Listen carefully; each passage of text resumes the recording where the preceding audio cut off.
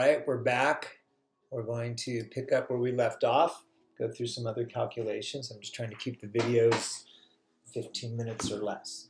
So here's one more like this, and we're going to go into a little bit more, some other stuff.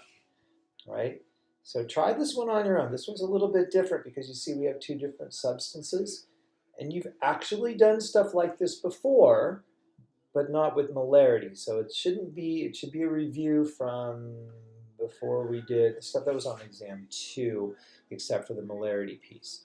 So let's go through the same process. So the first step is we want to get the units of the answer, right? So what are the units of the answer? Well, we want sodium atoms. And again, make sure you can come up with nomenclature. So where can we get atoms? And again, feel free to hit pause and try each step on your own. Where can we get atoms?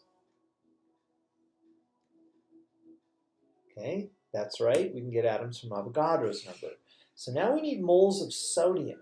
We don't have, only information we have is about sodium phosphate. Well, let's see what we have with sodium phosphate. So let's play with this a little bit. It's okay to play with things a little bit and try them. Just be really diligent about labeling your units, and if you make a mistake, try something different. All right, so let's look at what we have with sodium phosphate.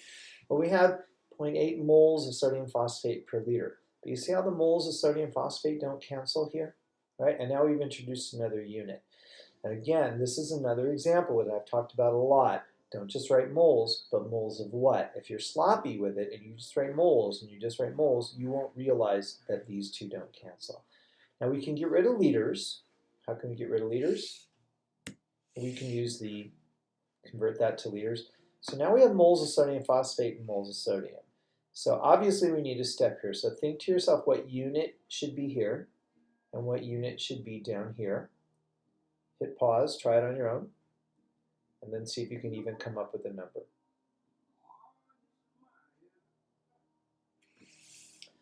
All right, so back from pause. So you're right, this has to be moles of sodium up here and moles of sodium phosphate, and then we need the relationship. In the formula, you can see that there's 3 moles of sodium in a mole of sodium phosphate. And if you don't remember that, go back and review your notes on formulas, which we did face to face. So we put that step in, right? And again, see, make sure not just moles, but moles of what? And then that would be the answer, right? So what's nice here is the only thing that's new is the unit molarity. Everything else is stuff that we've done a lot. So if you've gotten good at doing dimensional analysis, this is just another unit. And once you've got it down, it doesn't matter what the unit is. All right, so let's talk about how we make a solution. So before we start doing the problem, making a solution, excuse me, from a solid.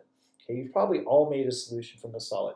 You made maybe Kool-Aid in water or something like that, right? So you know, what do? Well, what you're going to do is you're going to weigh out the appropriate amount of the solid. Then you're going to add, now we're not going to put it in 150 mils. Why aren't we going to put it in 150 mils? We're not going to add 150 mils because the solid takes up space, so we would be over the 150. So we're going to dissolve it in just enough to get it to dissolve. The language that we use is we frequently say a minimum amount of water. Then we dissolve it.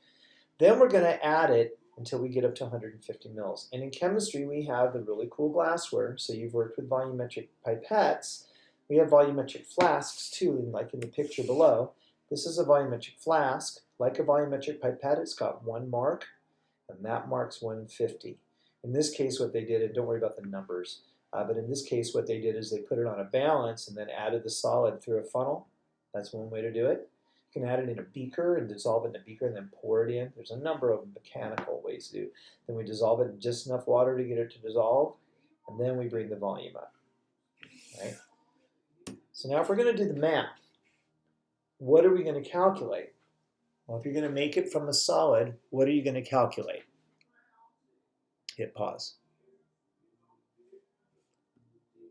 Get back from pause. What you're going to calculate is, that's right, grams. And again, you need the formula because if you're going to have grams, you're going to have to use a molar mass at some point. All right? So now where are we going to get grams?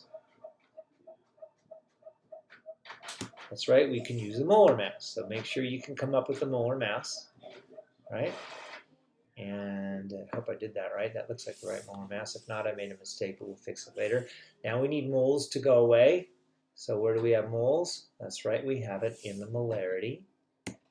Right, so we can use the molarity. So now we have grams per liter, but we don't want that. We want just grams. So what are we going to do? We need to cancel out liters. Do we have liters? Yes, we do. Bam, and there you go. So then the language you would use is you'd say something like dissolve that mass of sodium sulfate in a minimum amount of water and dilute it to 150 mils. All right, so that's several examples of just using molarity. So now let's talk about dilutions. So a lot of times in chemistry we make solutions from other solutions. They're called stock solutions. Stock just means you got it on the shelf and it's in stock. Right? But frequently we don't like to work with concentrated solutions because it's hard to measure small volumes. It's easier to measure big ones. Also, some stock solutions are pretty nasty, like concentrated acids. So what we do is we add solvent, so we dilute it. And another example, you may have done this, you're going to have some fruit punch for a party, and you go buy the concentrated fruit punch, and it says to add 2 teaspoons to a gallon or something like that. That's a dilution. All right. So if we're going to do a dilution, what are we going to have to find out? We're going to have to find out the amount of the stock solution. And since it's a solution, how are we going to measure a solution? We're going to measure a solution by measuring a volume. All right. All right. So this is how we do dilutions. Basically, you have your stock solution. You calculate the volume you need. You remove it. Then you put it into the next container, the other container. Right? All the moles that are in your diluted solution are right here. Then what we do is we're going to add water up to the mark.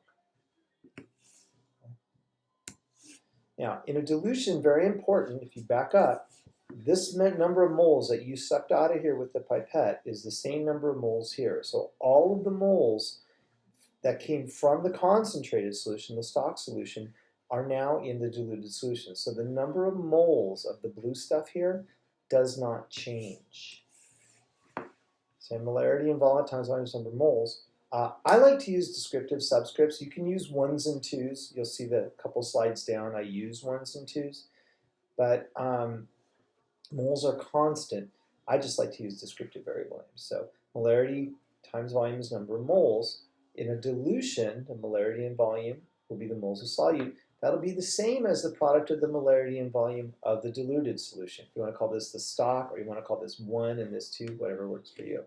So if A equals B and B equals C, then A equals C. So we have a handy little equation that we can use only for dilutions. It doesn't work for anything else. So you have to know it's a dilution. Most importantly, the moles of the solute are not changing. Right. There's a nice video that I added that my colleague found that has some molarity and dilution problems as well as the stuff I'm doing. So you might want to look at that as well. All right, so let's do a problem. What's the new molarity of 15 mils of 5 molar hydrochloric acid is diluted to 485 mils. So I'm going to show you how to do this using dimensional analysis. All right, remember the advantage to dimensional analysis is you don't have to know that equation. The disadvantage is you've got to really diligently label your units. So if we're going to do this with dimensional analysis, we want to find the new molarity. So we want to find moles of HCl per liter of the diluted solution, right? So moles of HCl per liter of the diluted. Whoops, didn't mean to do that. Now, where are we going to get moles of HCl? We have moles of HCl right here, but that's per liter of the concentrated solution. So we have to make the liters of concentrated solution go away and make that one appear. So if you look at the math, we have 15 mils of the concentrated solution, or I made a mistake, I just caught it. It should be 0.015, so fix that in your notes. I just caught it, I'm not gonna fix it though. All right, I'll fix it on the slides. 0.015, okay? And then we want the liters of the dilute solution to come in, right? But we want that on the bottom. Well, how do we do that? We just multiply by 1 over it. Right? So this is actually off by a factor of 10. I just caught my mistake, but I'm not going to fix it in the video. Right? Now, if you want to use the cute little equation, when you're using algebra, you just do it algebraically, right? You make a list of what your variables are. So we don't know what MD is, that's what you're trying to find. We do have that, we do have this, and we do have this. So then we rearrange, plug in the numbers and push buttons. Right. And again, if you try this on your calculator, that should be 0.015. The slides, when you go through the PowerPoint, this will be fixed. All right, so try this one on your own. Do a how do you make, so it's going to be what are you going to do. Try this one on your own. I'll hit pause. Okay, so you're given this. Okay, here's ones and twos. We want to find the volume of the concentrated solution. So we can plug it in.